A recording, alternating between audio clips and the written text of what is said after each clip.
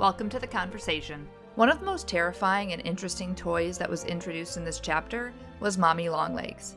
Her pink color, large smile, and side ponytail were designed to make her the perfect mother figure for kids. She was one of Playtime Co.'s hottest selling toys, and was later turned into a useful, life-size toy for the factory. But who is she? What is her purpose? And what theories can we find out about her? In this video, we'll take a closer look at Mommy Longlegs. Oh, and before we get into it, just a heads up, this video will contain spoilers and theories from chapters 1 and 2 of Poppy Playtime. You've been warned. The facts. The toy was first released in or before 1991. She was pink in color, had green eyes, a big smile painted on her face, and had arms and legs that could stretch feet apart. Her tagline was that when the kids who were playing with her were having fun, she was having fun. She was probably designed to match the craze of such successful toys as Stretch Armstrong, but with a more family or maternal twist. She was also part of a family of Longlegs, as this poster shows a father and baby version of the toy, though it's unclear if they were actually released to the public. The success of the toy led to the creation of what we find in the factory during our playthrough. She has a sweet voice, but speaks in a very sinister way. She has the same coloring and stretchy arms, legs, hands, torso, and hair as the toy, but can also shoot webs. We find them all over the game station, and webs magically form to block our escape during the last chase scene. It's unclear where the webs shoot from, but we won't ask Mommy Longlegs.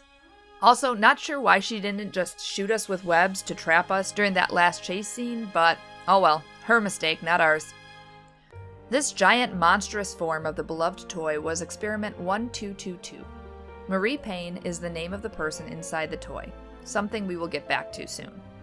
Mommy Longlegs was responsible for watching the orphans. She would keep an eye on them and act as a mother figure while they played in the game station. She also guided them down to the different games that we participate in during this chapter. In the mural outside the game station, you can see her standing near one of the open doors, leading kids down to play with Huggy in Whack-A-Wuggy. If you take a closer look at the pictures hanging up around the room, many of them, if not most of them, depict Mommy Longlegs with phrases like "I love Mommy" on them. It was clear that she was very loved by the orphans, and she loved them back. It was always so sad to see the kids go.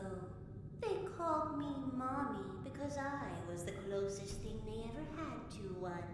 But they come for games and never come back. They left Mommy to die alone. Mommy didn't deserve that. She also acted motherly towards the other experiments that were held in the factory, which was one of the reasons why she was moved to the game station in the first place. Though she was gentle with the kids, she had a dark side. She was violent towards the staff to the point where it was problematic. Because of this, they moved her to the game station, where she would not only take care of the children, but any rowdy kids would learn to fear their mother. I mean, could you imagine this coming towards you, eyes black, telling you to stop picking your nose as a kid? Yikes. In the end, we know that she felt left behind by the children. It's unclear if the children left because they were adopted or put into foster care, or if they were put into the toys, but their departure left Mommy Longlegs feeling abandoned and spiteful. Cue our entrance, and she gets a new plaything that deserves to die alone. That's most of the facts that we know about Mommy Longlegs. Now onto the theories. Theory number 1. Marie PAYNE was an employee. We know from this document that the person or soul used to create Mommy Longlegs was someone named Marie PAYNE. That name doesn't ring a bell, and I'm not sure that we have any mention of her in the first 2 chapters other than this note, though I suspect we'll find out more about her in coming chapters.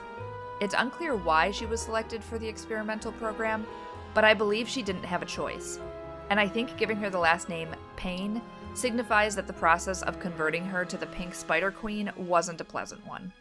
She was hurt and furious. It's unclear if the toys remember who they were before their inevitable toyification, but the painful experiment imprinted a hatred into the toy aimed at any Playtime employee.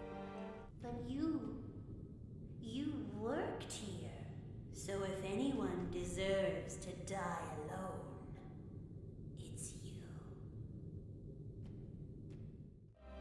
Why do I think this was an employee and not one of the orphans? I think the big toys have varying degrees of their old personality left behind. As we hear in the videotape about Experiment 1006, the prototype is very smart and manages to fashion a laser pointer out of some clock parts. I think the motherly aspect of Mommy Longlegs stems from an adult's maternal instincts left behind after the experiments. Perhaps Marie PAYNE worked in the orphanage or in another position that worked directly with children before her experiment. For this reason, I think that the experiments, at least Mommy Longlegs and the main ones we know about so far, are mostly, if not all, employees. I'll cover my theories about the experiments in a later video. Theory number 2, the chicken or the egg.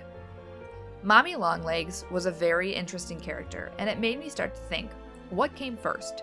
The toy for the public to buy, or the toy we face off against in the factory? Were all Huggy Wuggy toys designed based on the big one that we face off against in Chapter 1? Here's my thoughts. What if the experiments happened first? The Mommy Longlegs toy that we find in the commercial that loves watching you play, when you're having fun, she's having fun, directly correlates with the big Mommy Longlegs we run into in the factory. She also enjoys to watch us play, and suffer, as we go through the games in the game station. Could it be that all of the toys made for the public to buy were actually based on the experiments?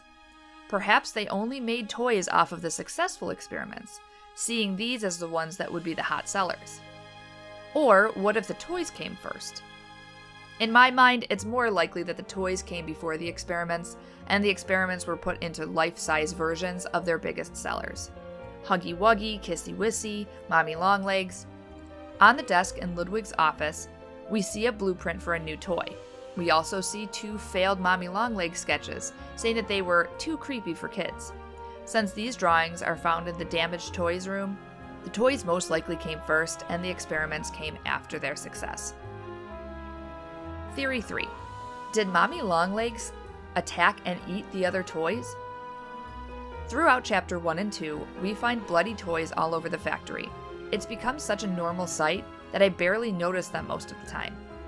But something that Mommy Longlegs said made me stop and think, was she responsible for killing all the toys in the factory that we come across so far? Obey the rules, or I'll tear you apart and eat your insides while you're still alive. I started to second guess this theory when I read this section of the note, stating that she was motherly towards the other experiments. But what if these toys weren't experiments to her?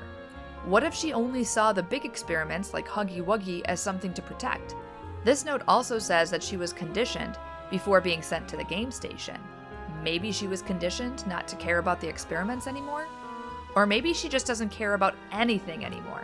I mean, if we are the prototype mentioned in the gray videotapes from Chapter 1 and Chapter 2, something I theorized in a separate video, she certainly doesn't have a problem attacking us, so maybe that just isn't an issue for her anymore. Perhaps she is just a bit crazy now and will eat and destroy anything she wants to satisfy her hunger, or a lust for revenge, or maybe just pure rage. Not the most solid of theories, but one I found interesting nonetheless. I don't have too many theories about Mommy Longlegs, as I think we know more about her than we do about the other experiments. However, I think we will find out more about Marie PAYNE in future chapters through notes or videotapes, such as what department she worked in, or why she was chosen to be an experiment in the first place. What are your theories about Mommy Longlegs? Do you think I'm on the right track or way off base? I'd love to read your thoughts and theories in the comments below. If you like this video, why not give it a like? And if you want to see more videos about Poppy Playtime, subscribe to the channel to see when I post more. Thanks for watching, and I'll see you in the next one.